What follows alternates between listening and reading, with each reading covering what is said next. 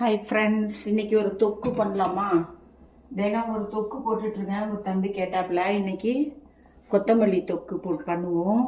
எல்லாம் நல்லா அலம்பி சுத்தம் பண்ணி உணர்த்தி வச்சுருக்கேன் சுத்தம் பண்ணி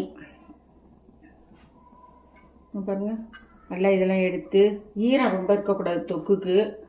துவையல் கிடையாது. ஒரு ஸ்பூனு கடுகு, ஒரு ஸ்பூனு வெந்தயம் போட்டுக்கேன்.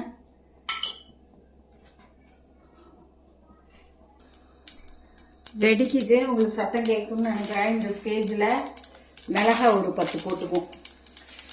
மிளகாய் வந்து காரம் உங்களுக்கு வேணும்னா 10 போட்டுக்கலாம், இல்லைன்னா கம்மியாக்கிக்கலாம்.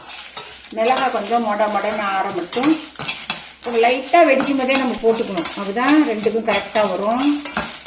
இதை நல்லா வறுத்துக்கிறோம். கொத்தமல்லி தொக்கு வந்து எப்படி நீங்கள் ஒரு வெளியில் வச்சா ஒரு வாரத்துக்கு வச்சுக்கலாம். ரெஃப்ரிஜிரேட்டரில் வச்சிங்கன்னா 10 நாள் 15 நாள் வச்சுக்கலாம். 3 மாதம் 4 மாதம்பாங்க. அதெல்லாம் கொஞ்சம் டேஸ்ட்டு மாறிடுது. 1 மாதத்துக்கு வச்சுக்கலாம் வேணாம். இப்போ இந்த மிளகாய் வந்து மொடன்னு ஆயிடுச்சு. இந்த பாத்திரத்தில் கொட்டிக்கிறோம். கொட்டி கொஞ்சம் ஆறுனவொன்னே தான் அரைக்கணும். ஆற வச்சுக்கலாம். இது ஒரு கட்டு கொத்தமல்லிக்கு நான் போட்டிருக்கேன். மல்லியெல்லாம் போடுவாங்க, அதெல்லாம் மல்லியெல்லாம் ஒன்று இதாக இருக்கும், டேஸ்ட்டு மாறும். இந்த கொத்தமல்லி இதே போதும். இந்த சட்டியிலே, வெறும் சட்டியிலே நம்ம கொத்தமல்லியை கொஞ்சம் கொஞ்சமாக சேர்க்கலாம்.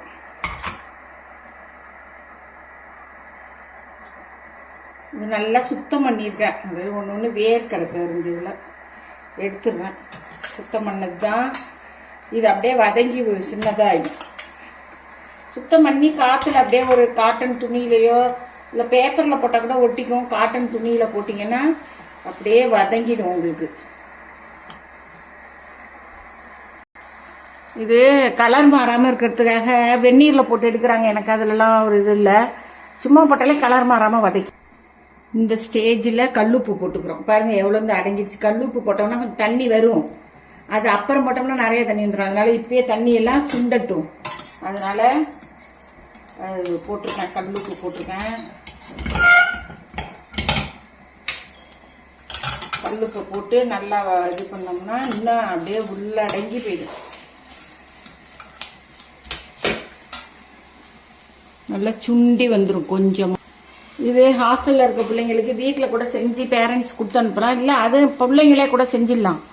எல்லாருமே இப்போ தான் பசங்களும் சமைக்கிறாங்க, பொம்பளை பிள்ளைங்களும் சமைக்குதுங்க. கேர்ள்ஸ் பாய்ஸ் 2 பேரும் செஞ்சுக்கலாம். செஞ்சு வச்சுக்கிட்டா போட்டு சாப்பிடலாம். வாய்க்கும் நல்லாயிருக்கும், நல்லா புளிப்பு வரப்பாக இருக்கும், உடம்புக்கும் ஹெல்த்து. கொத்தமல்லி, பச்சை கொத்தமல்லி சேர்த்துட்டா கல்லீரலுக்கு ரொம்ப நல்லது. இப்போ நிறைய கல்லீரல் பாதிப்பு தான். அந்த ஏசிலாம் ரொம்ப யூஸ் பண்ணுறதுனால கல்லீரல் பாதிப்பு அதிகமாக வருது. ஃபாஸ்ட் ஃபுட்டு அது இது. அதுக்கு வந்து கொத்தமல்லி நிறைய சேர்த்துக்கிட்டிங்கன்னா உடம்புக்கு ரொம்ப நல்லது, கல்லீரலுக்கு. அங்கே பாருங்க சுண்டி எவ்வளோ உண்டு வந்துடுச்சு பார்த்தீங்களா. காம்பெல்லாம் போட்டுக்குங்க, நல்லது. வேர் மட்டும் கொஞ்சம் ஒரு சாணுக்கு இந்த அளவுக்கு எடுத்துட்டு வேறு துண்டு இவ்வளோது எடுத்துக்கிட்டு மிச்சத்தை நீங்கள் போடலாம். எல்லாம் நல்லாயிருக்கும், நல்லதும் கூட. இப்போ இதை கொஞ்சம் ஆற வச்சு மிக்சியில் அரைச்சிக்கலாம். இதோட கொஞ்சம் புளி கூட சேர்த்துக்கலாம். இப்போ புளியும் போட்டு அரைச்சிடலாம். புளியை அப்படியே உதுத்து போட்டுக்கலாம். உதுத்து போட்டுக்கணும். புளியை போட்டு கூட அப்படியே பறிச்சிக்கலாம். ஆனால் விரட்டணும்னு அவசியம் இல்லை, இருந்தாலும் சொல்கிறேன் உங்களுக்கு. ஓகே, இதை இப்போ நம்ம அரைச்சி எடுத்து நல்லா ஃபைனாக பவுடர் அரைச்சி வச்சுக்கிட்டேன். இதையும் அரைச்சி கொண்டு வந்துட்டோம் பாருங்க. ஒரு கப்பில் எடுத்துப்போம். இப்போ அடுப்பில் ஒரு சட்டி வச்சு 100 மில்லி அளவு ஊற்றிக்கணும். நல்லெண்ணெய் தான் ஊற்றணும். இங்கே பாருங்க, இது நல்லெண்ணெய் தான் ஊற்றிக்கணும். நல்லெண்ணெய் மட்டுமே பொருளை கெட்டு போகாமல் வச்சுருக்கோம். 100 மில்லி அளவு கொட்டிக்கணும். தண்ணி ஊற்றாமல் இதை அரைச்சி வச்சுருக்கோம் பாருங்க. தண்ணியே ஊற்றக்கூடாது. இது பொடி பண்ணியிருக்கோம். இதை அப்படியே மிக்ஸ் பண்ண போகிறோம். ஒரு ஸ்பூன் நாட்டு சக்கரை சேர்த்துக்கணும்.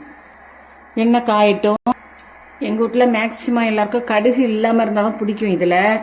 ஆனால் அது ஆக்சுவலி செய்யறது வந்து கடுகு போட்டு தான் செய்யணும். அதனால நாங்கள் தாளிக்கும் போது கடுகு மட்டும் போட்டு தாளிக்கணும். சில பேர் பெருங்காயம் போடுவாங்க, அது வந்து இந்த கொத்தமல்லியோட ஸ்மெல்ல எடுக்கும். அதனால அதெல்லாம் போடாமல் வெறும் கடுகு மட்டும் போட்டு தாளிங்க. உளுத்தம்பருப்பு போடக்கூடாது.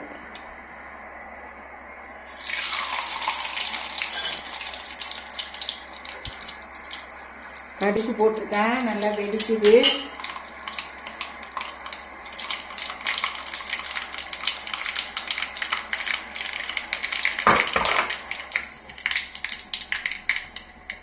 கடுகு வெடிச்சிட்டு இது அதில் போடுறோம். தண்ணியே தேவை கிடையாது, அப்போ தான் இருக்கும். அதில் உள்ள ஈரத்து ரொம்ப பொடியாக்கிடக்கூடாது நம்ம.